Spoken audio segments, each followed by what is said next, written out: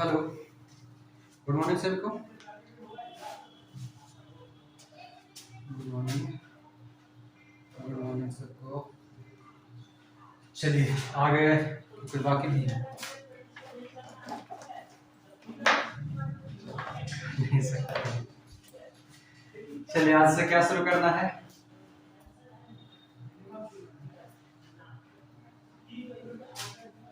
अठारह तक हो गया, यानी कि हम लोग पढ़ रहे थे बंगाल के अधीन जो गवर्नर, गवर्नर जनरल और वाइसराय है ना, यानी कि वाइसराय आज शुरू करने वाले हैं। हेडिंग डाल लीजिएगा। हाँ, हेडिंग डाल लेंगे ब्रिटिश ताज के अधीन भारत। हेडिंग क्या डालेंगे? ब्रिटिश ताज के अधीन भारत।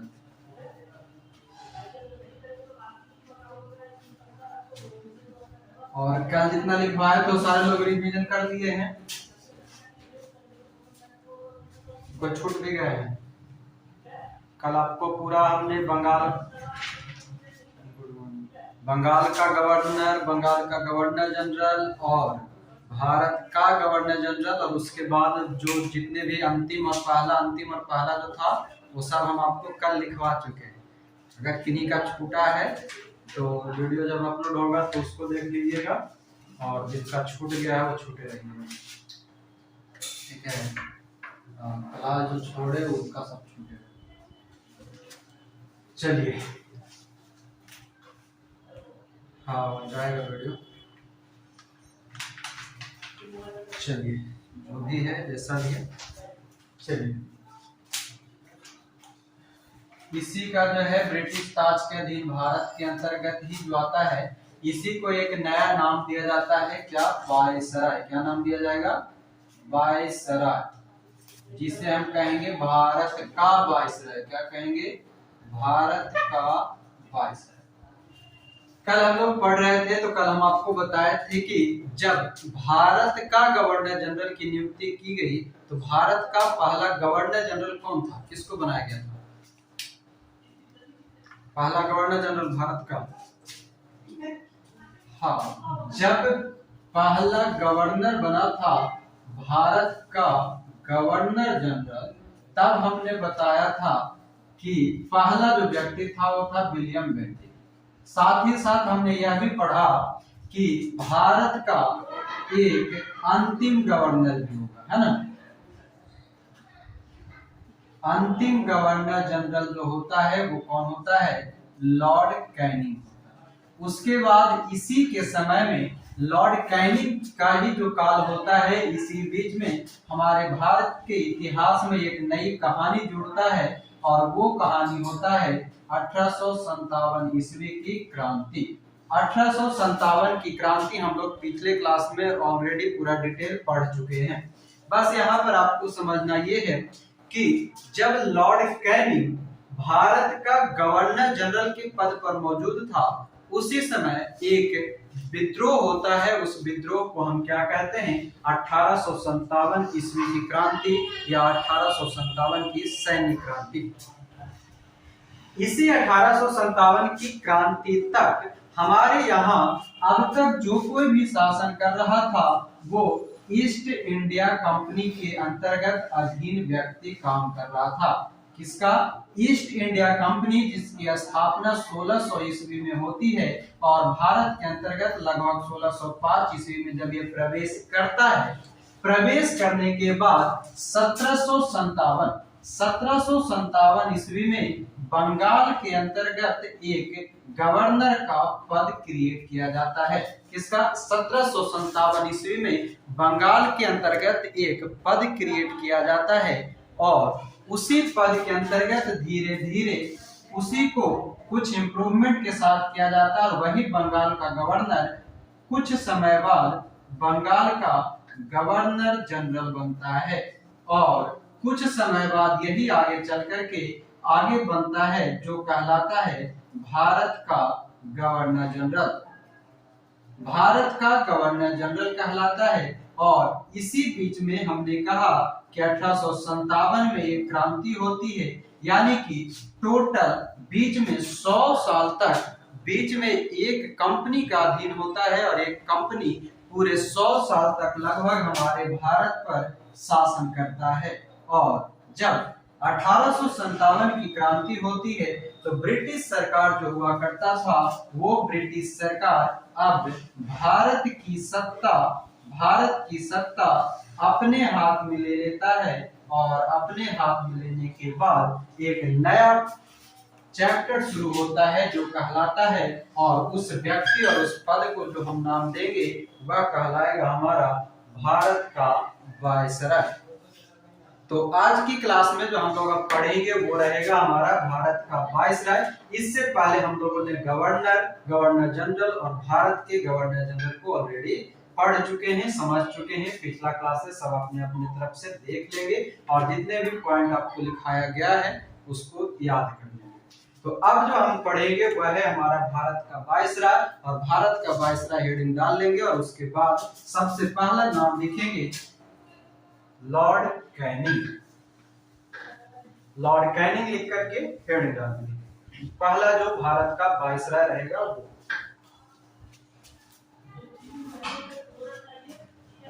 बीच का कहानी हमने आपको बता दिया कि आखिर हुआ क्यों, क्योंकि हमने यह भी बताया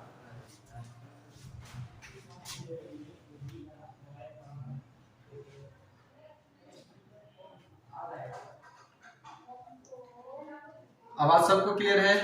आवाज चेक कीजिएगा। लाइट कट गया है, आप लोग सभी सुनिएगा फिलहाल। आवाज नहीं आएगी। चलिए देखिए क्या कह रहे थे कि भारत का वायसराय का बात कर रहे थे। भारत के वायसराय के अंतर्गत होता यूं है कि जब यहाँ पर एक नाम लिख लीजिएगा पहले, लॉर्ड कैनिंग। ठीक है, लॉर्ड कैनिंग का नाम लिखिए। पहला व्यक्ति जो भारत का वायसराय बनकर आएगा, लॉर्ड कैनिंग लिख लेंगे। ठीक है, लॉर्ड कैनिंग लिखेंगे। और लॉर्ड कैनिंग का शासन काल जो लिखिएगा वो पहले लिखिएगा 1856 से लेकर के 1862 ईस्वी, यहां तक लिखेंगे। और इसमें अब एक करके पॉइंट लिखना शुरू कीजिएगा। लॉर्ड हम जो जितना लिखे उस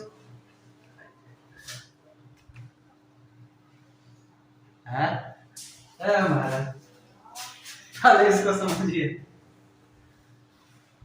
कहां कोई स्पीकर रखे रहते हैं खुली बाजार में।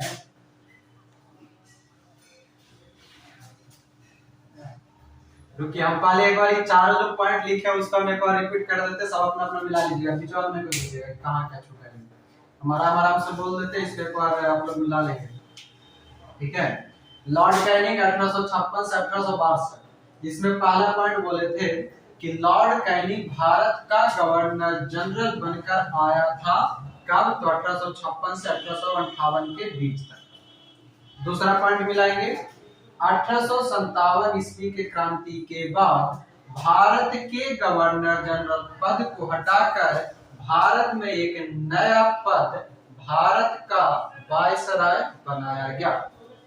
तीसरा पॉइंट है हमारा कि 1858 ईस्वी के संवैधानिक एवं प्रशासनिक सुधार के तहत लॉर्ड कैनिंग को भारत का प्रथम वायसराय नियुक्त किया गया। अगला पॉइंट है, इस प्रकार लॉर्ड कैनिंग भारत का अंतिम गवर्नर जनरल एवं भारत का प्रथम वायसराय बना।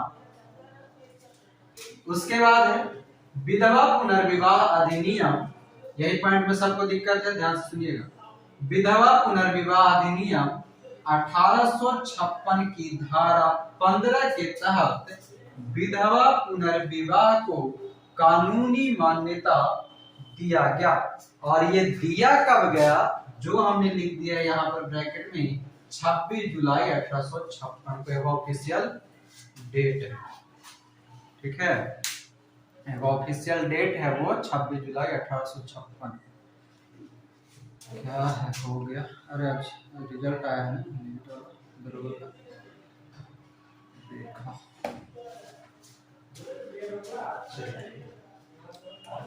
इसका हो गया, उसका आ गया ये। हाँ, कहाँ पर थे? अब अगला पॉइंट लिखिएगा, यहां तक सबका हो गया ना। आगे लिखेंगे, लॉर्ड कैनिंग के समय महालेखा परीक्षक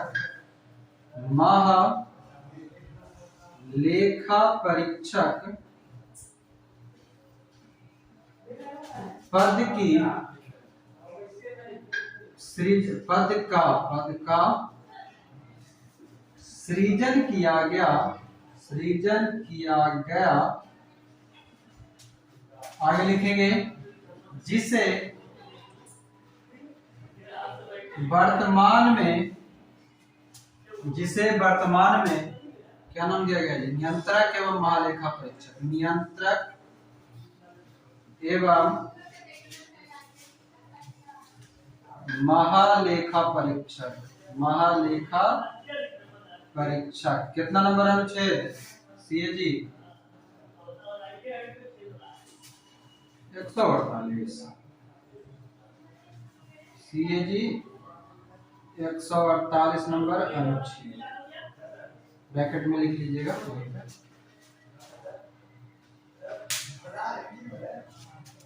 लगता माथा दर्द कर रहा है। बूस्टर डोज ज्यादा हार्ड वाला था का? कोई बूस्टर डोज का एक्सपीरियंस है कि नहीं? हो है कि नहीं? बुखार का तो पता नहीं, लग रहा है माथा भारी हो रहा है। कुछ हुआ था जी? कौन लिए पूजा? कुछ फील हुआ था, हमको बताइए। फीलिंग हमको भी बताइए तो जरा। बूस्टर वाला हम अभी ले लिए हैं, बाकी तो बूस्टर का फीलिंग बताइए ना।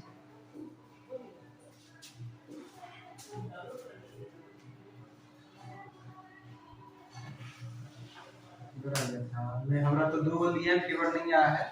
आज वाला पता ना, सर लगता है हल्का हल्का भारी हो रहा है।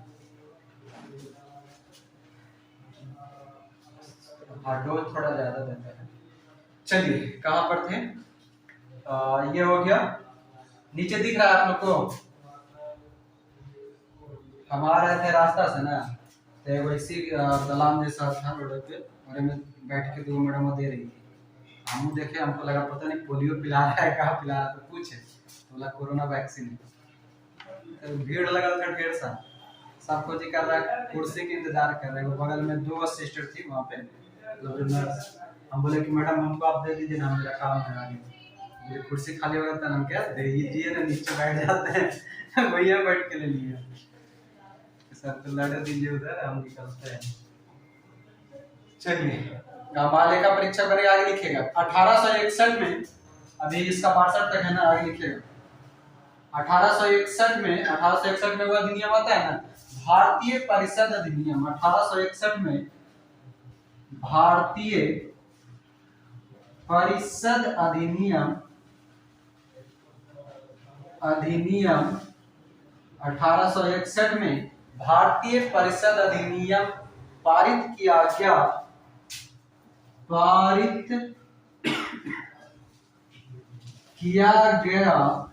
और पोर्टफोलियो, समझते हैं ना, पोर्टफोलियो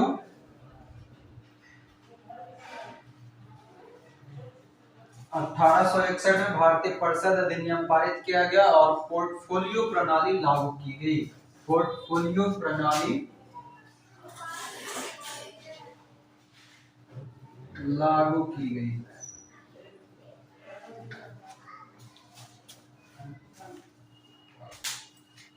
पोर्टफोलियो प्रणाली होता क्या है? इसके अंतर्गत जितने भी नियम कानून जो बनाए जाते थे, पोर्टफोलियो आपको कॉमन वर्ड सुने होंगे अक्सर, पोर्टफोलियो, ठीक है। तो वही चीज है, पोर्टफोलियो के अंतर्गत आपका जितने भी कानून वगैरह है, सुविधा के अनुसार वो काम इसमें किया जाता है। पोर्टफोलियो के तहत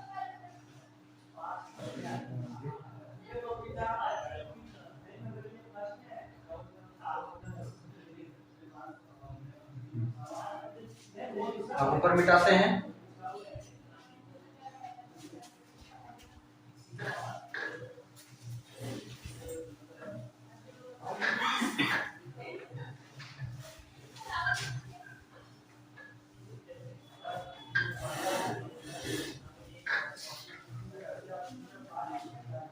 चलिए याद कीजिए तो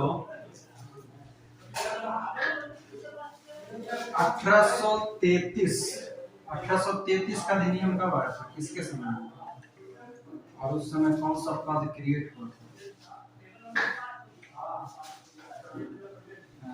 1833 में निकाल विलियम बेंटिक का समय उसी समय आया था 1833। याद कर दिए ना। चलिए याद करके बताइए क्या नंबर पॉइंट था।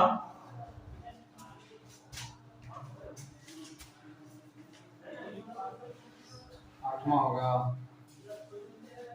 चलिए ठीक है, याद करते रहिए। हाँ तो अभी चल रहा है 1856 से 62, बीचवा में वो आता है रानी विक्टोरिया की घोषणा। ठीक है, लिखेंगे महारानी विक्टोरिया, विक्टोरिया एक ना, विक्टोरिया की घोषणा 56 यानी क्या आएगा 1858। महारानी विक्टोरिया की घोषणा पत्र के अनुसार, महारानी विक्टोरिया की घोषणा पत्र के अनुसार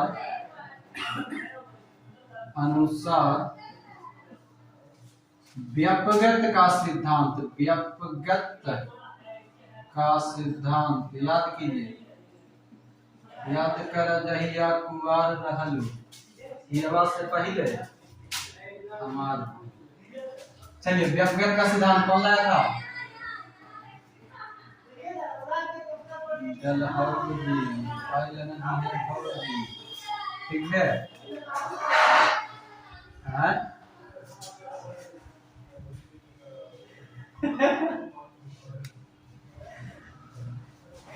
पहले डाले वाला गाना है हमारा,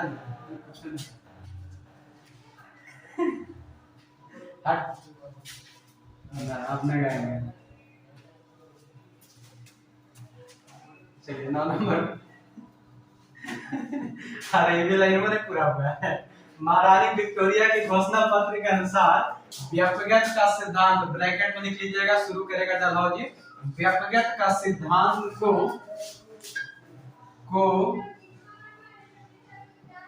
समाप्त किया गया, कर दिया गया, कर दिया।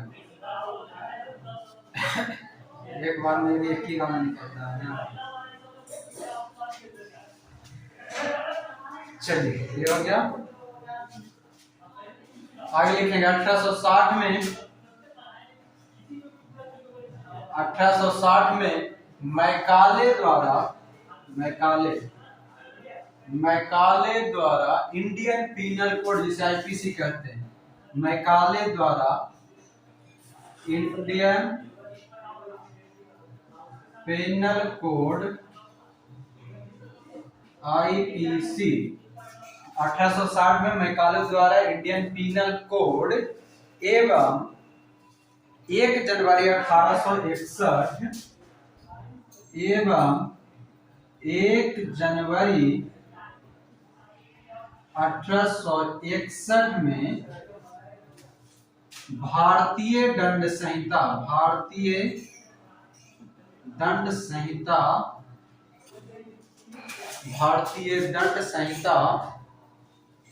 ठीक है, भारतीय दंड संहिता। सुनिए ना अभी, अरे सुनिए तो,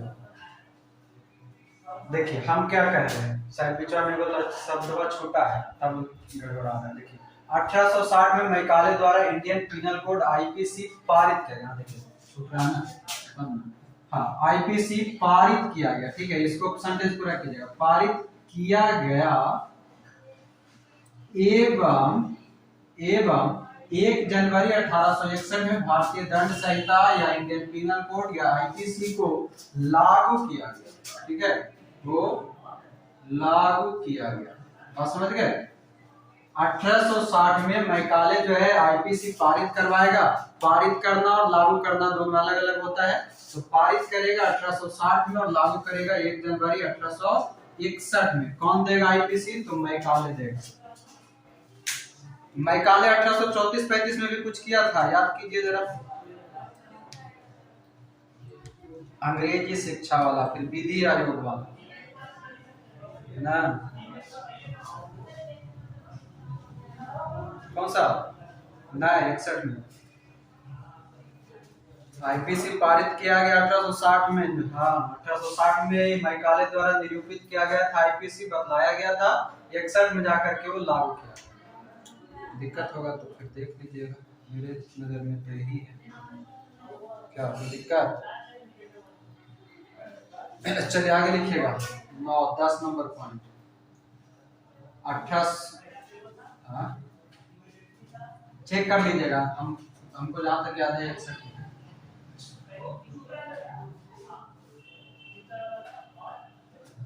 वही हिंदी बोल। हाँ, आगे लिखेगा 1860 61 चल रहा है ना, 61 लिखेगा। 1861 ईस्वी में, 1861 में कोड ऑफ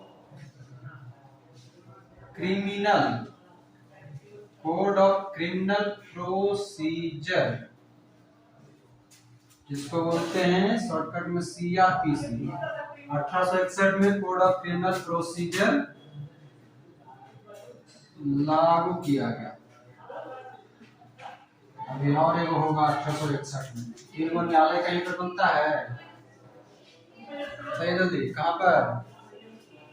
कलकत्ता, बम्बई, मद्रास। हाँ, 1861 ईस्वी में इंडियन उच्च न्यायालय अधिनियम, भारतीय उच्च न्यायालय अधिनियम के तहत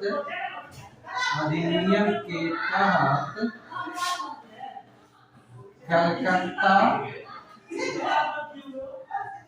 ना, बम्बई और मद्रास में उच्च न्यायालय की स्थापना की है। किसका? उच्च न्यायालय की स्थापना की गई। उच्च न्यायालय की स्थापना की गई कलकत्ता, बम्बई और मद्रास में। अगला लिखेंगे, याद है इस, हाँ, 61 के अधिनियम से, तो यही तो लिखा 1861 में भारतीय उच्च न्यायालय अधिनियम के तहत 18 कलकत्ता, बम्बई और मद्रास में उच्च न्यायालय की स्थापना की गई, के तहत है, ठीक है।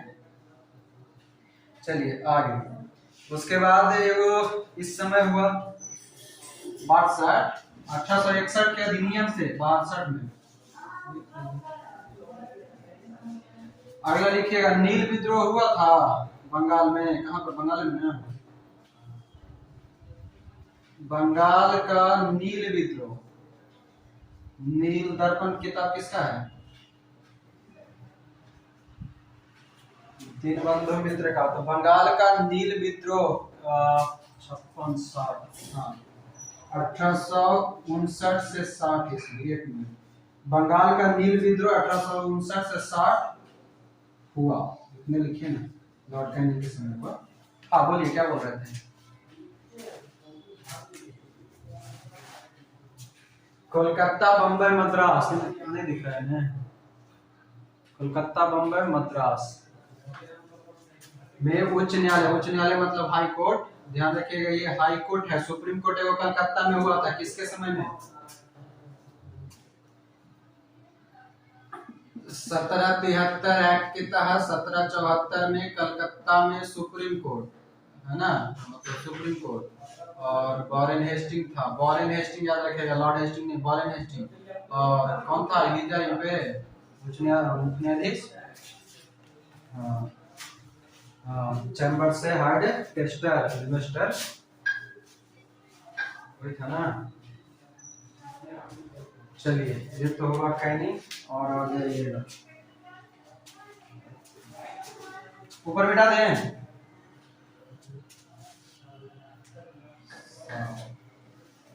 याद कीजिए फिर से जरा, श्वेत विद्रोह कहीं पर लिखवाए थे?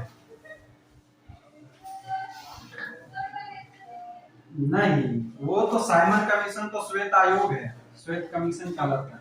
साइमन विद्रोह लिखवाए थे मुंगेर और भागलपुर, ये सभी के जो सैनिक था उसका श्वेत विद्रोह था। श्वेत विद्रोह मतलब अंग्रेजी सैनिकों ने ही विद्रोह किया था। आपको ये बताना है कि कब और किस गवर्नर के समय हुआ। रॉबर्ट क्लाइव के समय में हमने बताया था कि जब वो दुसरका काल में आया था 65 से 67 के बीच में, 1765 से 1767 में, तो श्वेत विद्रोह हुआ था। और श्वेत विद्रोह वो था जिसके अंतर्गत रॉबर्ट क्लाइव ने जो सैनिकों को दोहरा भत्ता दिया जा रहा था उस दोहरा भत्ता को उसने बंद कर दिया, सिर्फ बिहार और बंगाल वालों के लिए रखा, बाकी सबको मना कर दिया। और इसमें शामिल वो सभी सैनिक था जो श्वेत मतलब कि अंग्रेज सैनिक और अंग्रेज अधिकारी, अंग्रेज अधिकारियों ने ही इसका विद्रोह किया, मगर कैनिंग थोड़ा जिद्दी टाइप का था, वो इस योजना को वापस नहीं लिया और इसी कारण विद्रोह किया गया। राइट, याद है, लिखिएगा। यहाँ पर भी लॉर्ड कैनिंग के समय में भी 1859, अगला पॉइंट जो भी नंबर का पॉइंट था वो 1859 में यूरोपियों द्वारा, ठीक है, यूरोपीय सदस्यों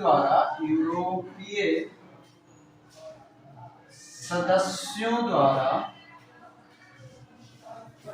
श्वेत विद्रोह किया गया, ठीक है। चलिए आगे, यहां तक लिखा गया, आगे लिखेंगे। सैनिकों को दिया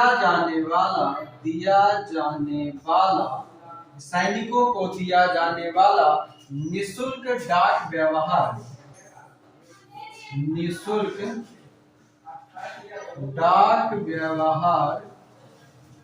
समाप्त कर दिया गया। सैनिक को डाक व्यवहार ये सभी मुक्त था, अब उसको भी कहीं लाते ही समाप्त कर दिया। चलिए, तो ये था मिला जुला करके अपना लॉर्ड कैनिंग, ठीक है, लॉर्ड कैनिंग। यहाँ तक किन्हीं का कुछ छोटा बड़ा भी है, सबका कंप्लीट है।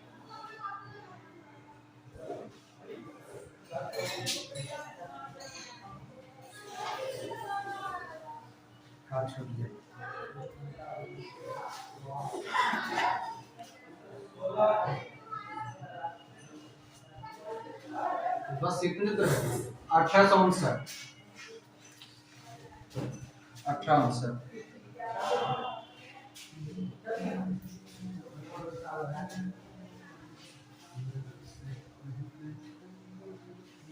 हाँ जी, ये वो शुरू में रॉबर्ट क्लाइव के समय में और दूसरा का लॉर्ड कैनिंग के समय में। अब एक मिटाते हैं, ठीक है।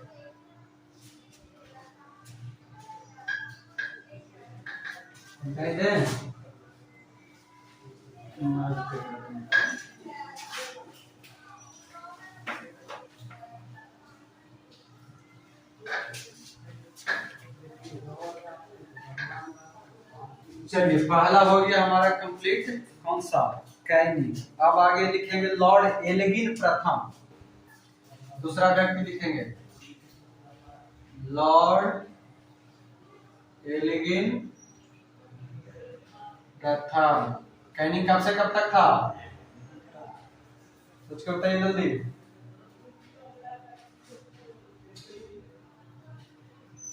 तो ये आएगा एगो अस्थायी रूप से 1 साल, लगभग 1 साल, पूरा नहीं है। चलिए, 62 से 63, लॉर्ड एल्गिन प्रथम 62 से 63। चलिए आगे लिखिएगा, इसमें कुछ न लिखेंगे, सिर्फ लिखेंगे वहाबी आंदोलन का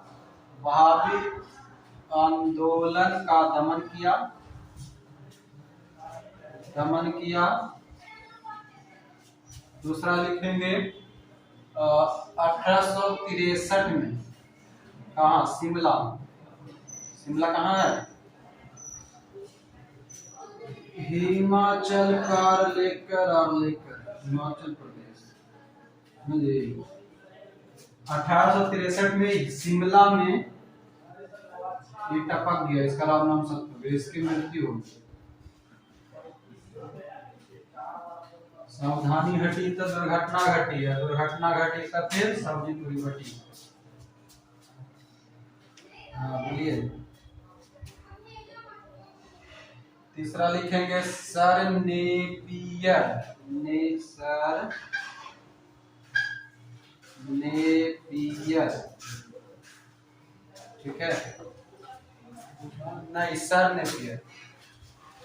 उसके बाद लिखेंगे चौथा सर विलियम, बता दो सर विलियम टी डेनिसन,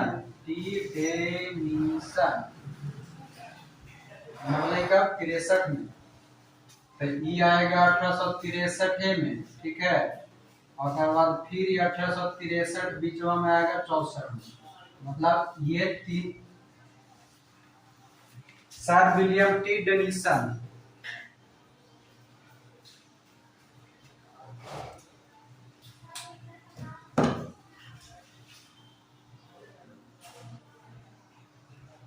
हो गया।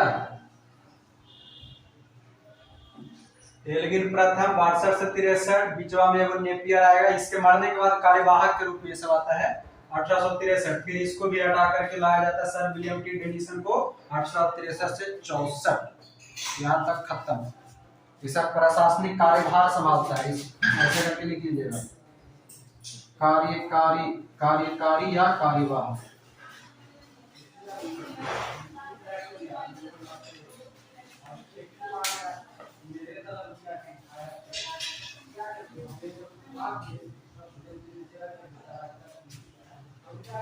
चलिए यानी कि 64 तक आ गए हम लोग। अगला जो भी रहेगा वो 64 से रहेगा, ठीक है। 63 का काल आपको बता दिए, 63 से 64 तक कौन कौन था बीच में जो, ये सब के बारे में कभी चर्चा नहीं मिलता है, बहुत ही कम किताब वगैरह में देखने के लिए भी मिलता है, ठीक है। लिखेंगे सर जॉन लॉरेंस, 3 को लिखे थे ना अभी, क्या मतलब चौथा, 5वां लिखेंगे सर जॉन लॉरेंस। ये आ जाएगा आपका 64, यहाँ कंप्लीट हो गया था, तो 18, 64, 65, 66, 69 तक, 1864 से 69, क्या? चलिए 69। अच्छा बताइए तो 1857 ईस्वी में पंजाब का गवर्नर कौन था?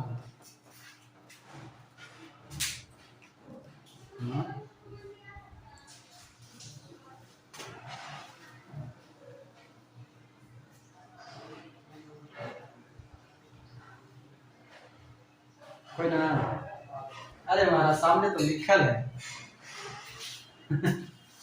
यही था, लिख लीजिए। हाँ पंजाब में, ठीक है, लिखेंगे पहला पॉइंट। 1857 ईस्वी की क्रांति के समय यह पंजाब का गवर्नर,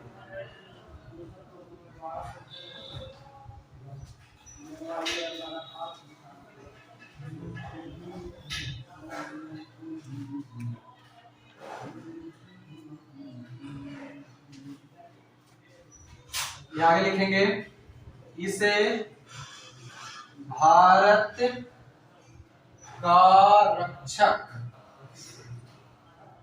की उपाधि दिया गया है। याद कीजिए, आज से 2-4 साल पहले बताए होंगे कि बंगाल का शेर भी किसी को कहा जाता है, बताया था ना, ठीक है। लिखेंगे 64 65 1865 ईस्वी में भूटान की राजधानी भूटान पर ब्रिटिश शासन काबिज हुआ। काबिज मतलब अधिकार हुआ।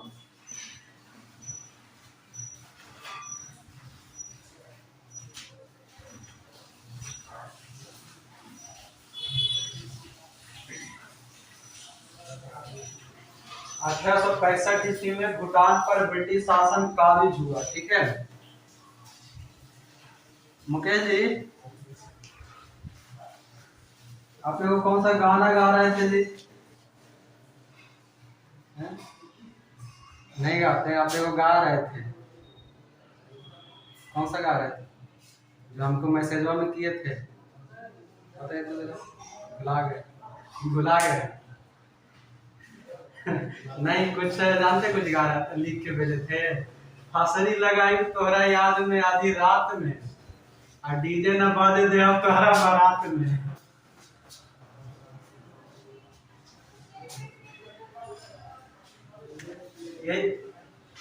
यही वाला तो लिखे थे ना जी।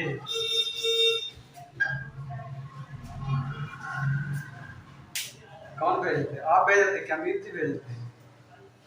आप ही क्या था?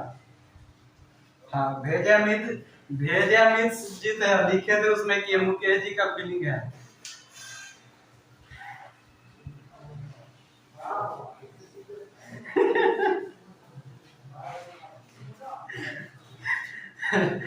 ये भी हो सकता है, भेज कहीं और रहे थे, भेज किसी और को दिए ना।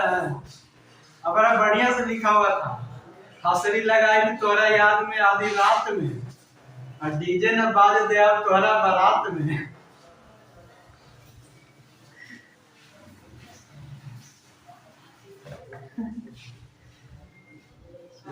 आगे हाँ, ये कहाँ तक है? 69 तक है ना, तभी और इसके पास है।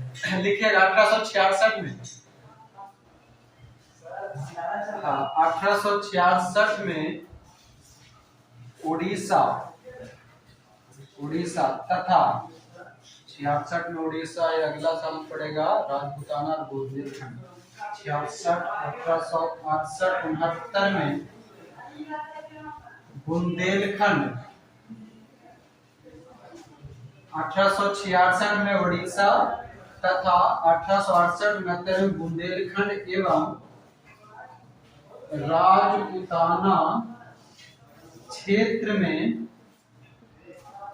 भीषण अकाल पड़ा।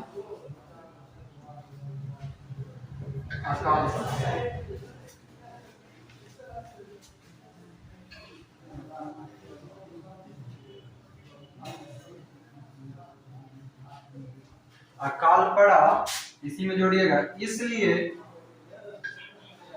इसलिए चेम्बरलिन हेनरी कैंपबेल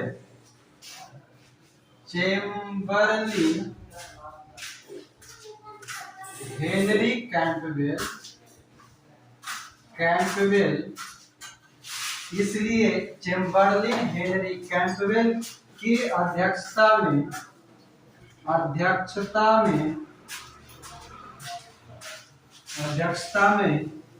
एक अकाल आयोग का गठन किया गया। आयोग का गठन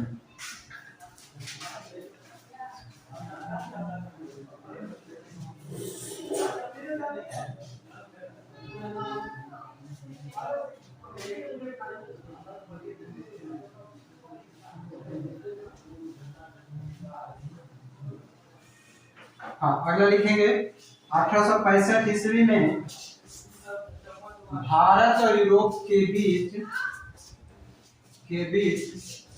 पहली टेलीग्राफ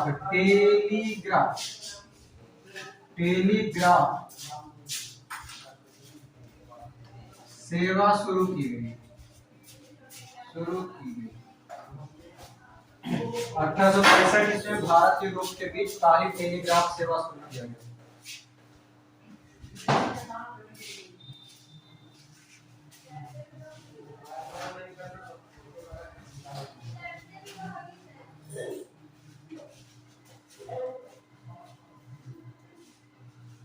अच्छा हाँ, पहली समुद्री टेलीग्राफ। हाँ, पहली समुद्री टेलीग्राफ यहाँ पर जो उधर चले जाएंगे, उधर उसके बाद रेल डाक था जी, खाई लेना थी बहुत ही पास। चलिए ये हो गया 65 आगे आगे आगे। एक और देखिएगा जी, क्या बोले 1865 ईस्वी में भारत और यूरोप के बीच पहली समुद्री टेलीग्राफ सेवा शुरू की गई। ठीक है, आगे लिखेंगे 1865 ईस्वी में, दिमाग चकराएगा, ध्यान से सुनिएगा। 1865 ईस्वी में कलकत्ता, बम्बई और मद्रास, कलकत्ता, शायद पिछले वाला में कुछ सेंटेंस गलती लिखा गया, कलकत्ता, बम्बई और मद्रास में उच्च न्यायालय की स्थापना हुआ। नहीं, वहां पे 62 जो लिखवाया ना, उसमें थोड़ा सेंटेंस त्रुटि हो गया, उसको सुधार कीजिएगा। उसमें जाइए तो कैनिंग में 1862 कैनिंग के पास पहुंचिएगा पहले।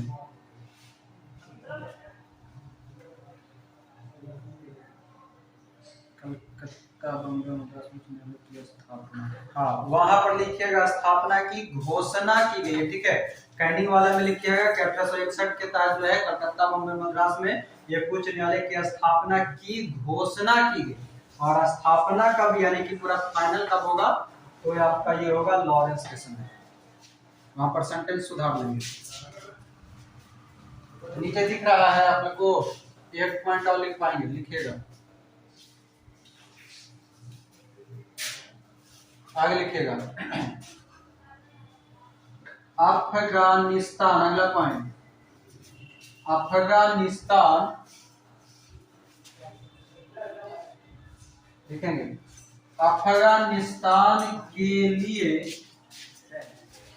लॉरेंस है ना, अफगानिस्तान के लिए लॉरेंस ने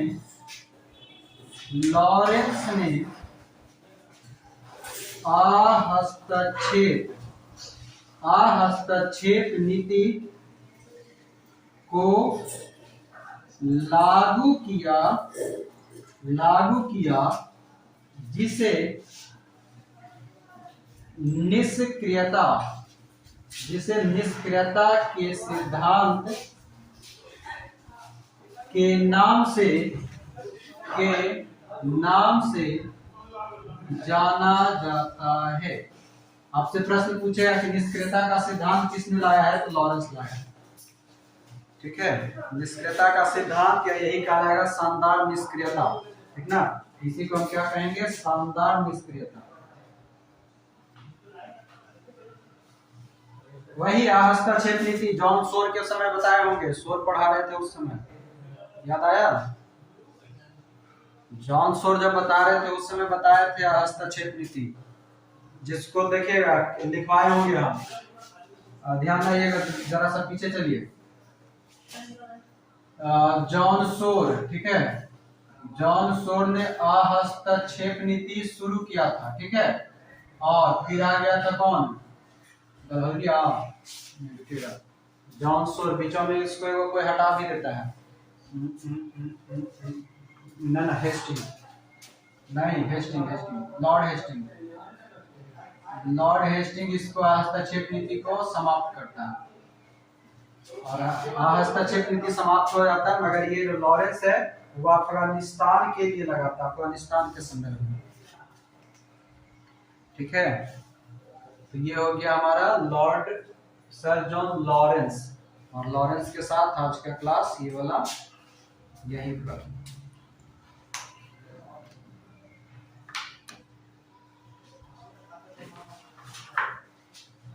हम तुम्हें समझा सके ऐसा कोई बात नहीं, आप हमको समझा दे ऐसा कोई मुलाकात नहीं। आगे देखिए क्या कह रहे थे कि अफगानिस्तान के लिए लॉरेंस ने हस्तक्षेप नीति को लागू किया, जिसे शानदार निष्क्रियता या निष्क्रियता के सिद्धांत के नाम से जाना जाता है। हो गया? बाकी अगले क्लास में हम लोग पढ़ेंगे लॉर्ड मेयो, 69 है ना, हाँ मेयो पढ़ेंगे, मेयो मेयो मेयो पढ़ेंगे, मेयो 69 से 72 जनगणना करवाएंगे। तो आज का क्लास ये वाला यहीं पे, अभी के लिए हिस्ट्री के लिए सबको धन्यवाद, मिलते हैं अगले क्लास में।